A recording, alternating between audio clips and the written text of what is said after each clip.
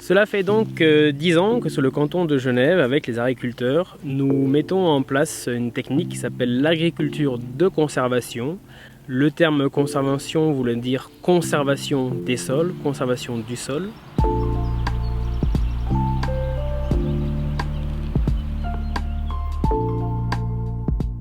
L'objectif, c'est de moins travailler son sol, de stopper ce qu'on appelle le labour avec une charrue et d'aller vers du semis direct, une technique où on ne travaille plus du tout le sol. On fait que semer. Le deuxième point, c'est qu'on essaie de couvrir au maximum le sol en faisant pousser des couverts végétaux qu'on appelle aussi engrais verts entre deux cultures. On va les laisser ensuite sur le sol et elles vont nourrir le sol. Et troisième point, c'est en enchaînant au mieux que possible les différentes cultures, ce qu'on appelle la rotation, pour limiter au maximum les soucis liés aux ravageurs, liés aux mauvaises herbes. L'idée principale, c'est de redonner de la fertilité à son sol. L'idée, c'est de réaméliorer cette qualité du sol en remettant en fait de la matière organique, en remettant du carbone dans les sols pour les rendre à nouveau plus fertiles. Jonathan Christin, exploitant à Erlaville en semi-direct depuis 2010.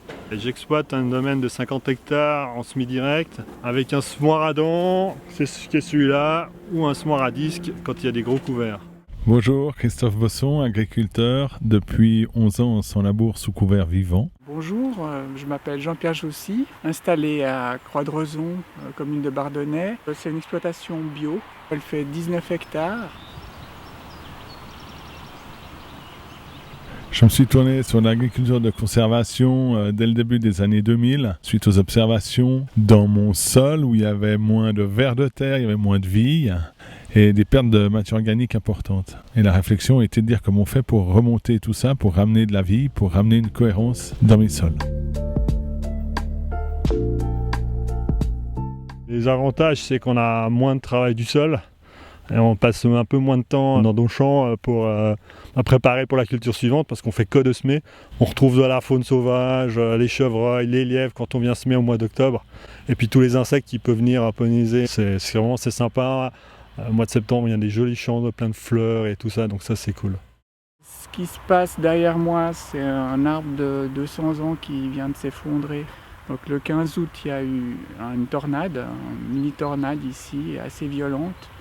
Donc il y a eu beaucoup d'arbres cassés et surtout 50 mm d'eau qui sont tombés en 20 minutes. Je suis très content de ne pas avoir fait de travail de sol après les récoltes, après la moisson et d'avoir semé en direct les couverts parce que en fait avec les racines, tout est resté en place. Le sol est resté là où il devait être et il était protégé aussi, donc il n'y avait pas d'effet physique de destruction du sol par la pluie.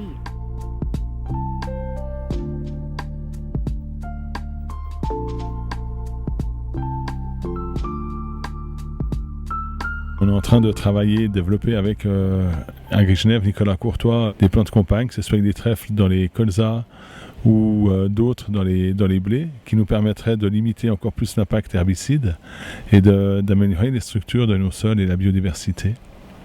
L'érosion, c'est le problème vraiment qui va devenir récurrent. C'est quelque chose de très important de prendre en compte, en fait, à mon avis, pour ne pas justement perdre le capital le plus important, c'est-à-dire la terre.